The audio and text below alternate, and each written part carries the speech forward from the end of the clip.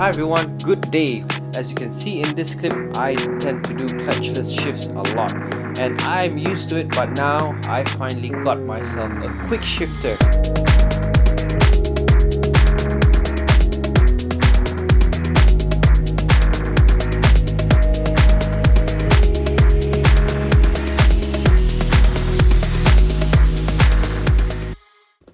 So I ordered it from Japan and it arrived like this.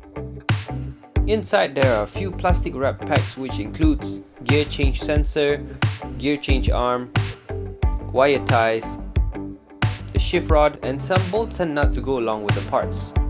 Okay, let's get started. First you must find somewhere bright and conducive. For me, that's my parking lot since I live in a condo. Okay, first things first, remove the passenger seat or cowl in my case. Simply unlock using the key and lift it out. This will give you the access to two screws which you will need to unfasten to lift off the main seat.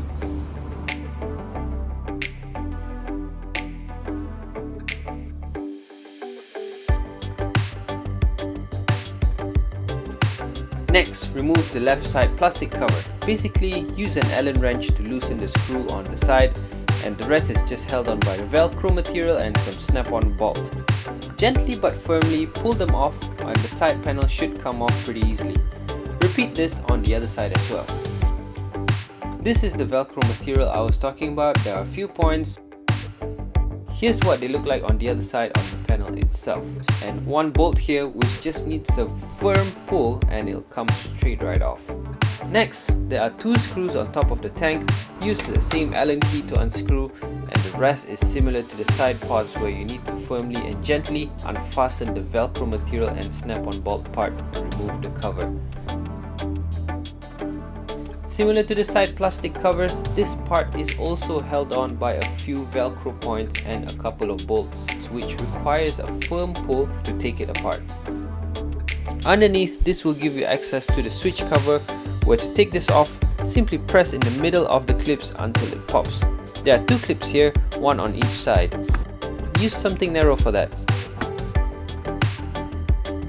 Once unfastened, you can lift it off easily and put it aside. Next, unscrew the bolt that's holding on to the tank. Using a 10mm wrench, unbolt the two bolts on the top side and repeat on the other side as well. Once done, you take the screws out and you should be able to lift the tank. Remember to do this gently. The PDF instructions suggest for you to unhook the fuel line and drain tube in order to remove the whole tank overall, but I prefer not to do that. If you wish to do so, it's up to you. The instructions are here. So I just use the Quickshifter box as a stand, as you can see here. I'm no professional, but this is just how I document myself doing it. Alright, so moving down to the side, using a 10mm wrench, remove the bolt holding on to the gear change arm and unscrew the pivot bolt down below using a number 6 Allen wrench in order to remove the shift pedal mechanism. Oh, I've also bought an aftermarket Sprocket cover which I'll be fitting along the way just cause I think it's a better look compared to the original plastic cover that this bike came with. This is the piece and this is where it will sit to replace the original part.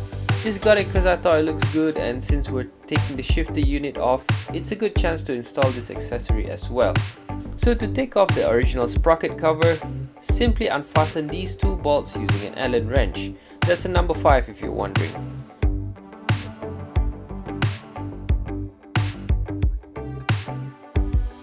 While we're here, I thought it's a good opportunity to lubricate my Racetorx shift assist as well.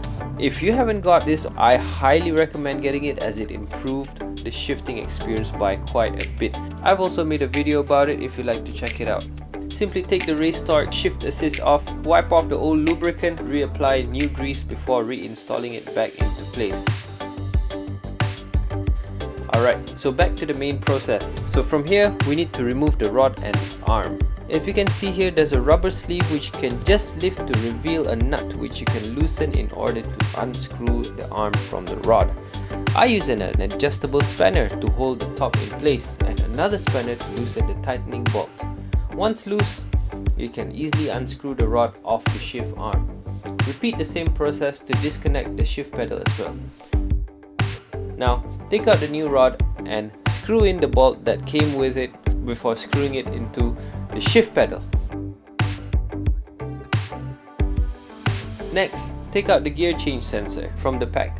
This is the unit that will detect when to cut off the power and sends the message to the ECU to allow for the Quickshifter to work. Before doing anything, use a marker to mark the gear change sensor harness roughly 5.11 inch from the gear change sensor. I use a paint marker and a ruler to measure. The marking point is where the wire protector needs to go, and simply use electrical tape to secure it in place.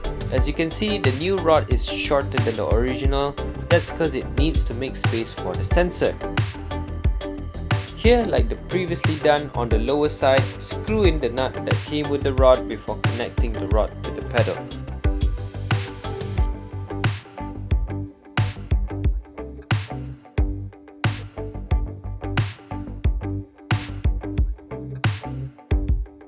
This is what it should look like now.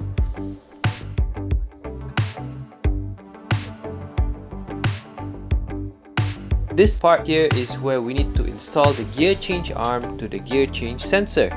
And as you can see here, the order and the direction of the parts required as per the manual. If you follow the order and direction carefully as shown, you should be alright. What I do is that I use a wrench on both ends to secure the flange bolt and the flange nut in place. Now that's done, it's time to install the new shift pedal assembly to the spindle.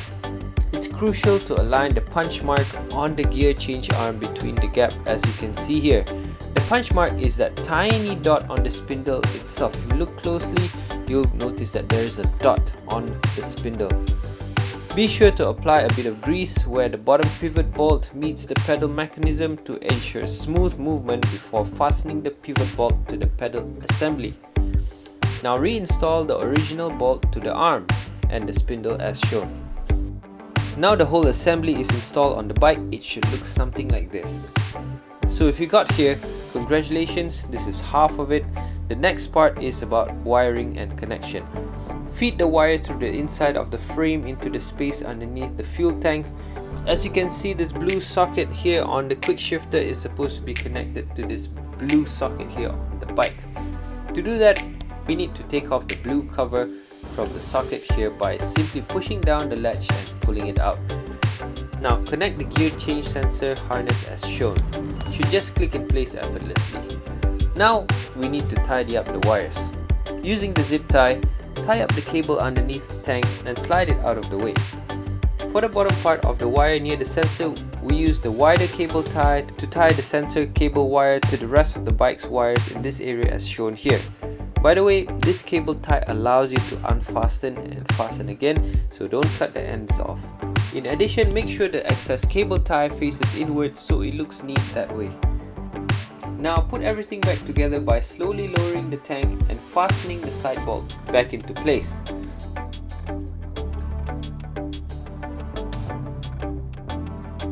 So for these clips, make sure you push the center part outwards like this before reinstalling them. These clips here are the plastic covers surrounding the key. Reinstall the side panels by tapping the velcro back together in place, and also snap-on bolts before screwing the one screw back in. The same goes for the top panel. Just tap the velcro and snap-on bolts in place before putting the two screws back in. Now put the seat back in and fasten the screws back into place as well. Last, the passenger seat, or in my case the car.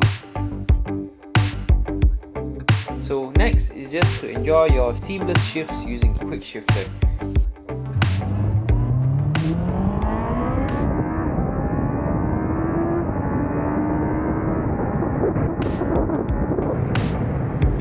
So that's done.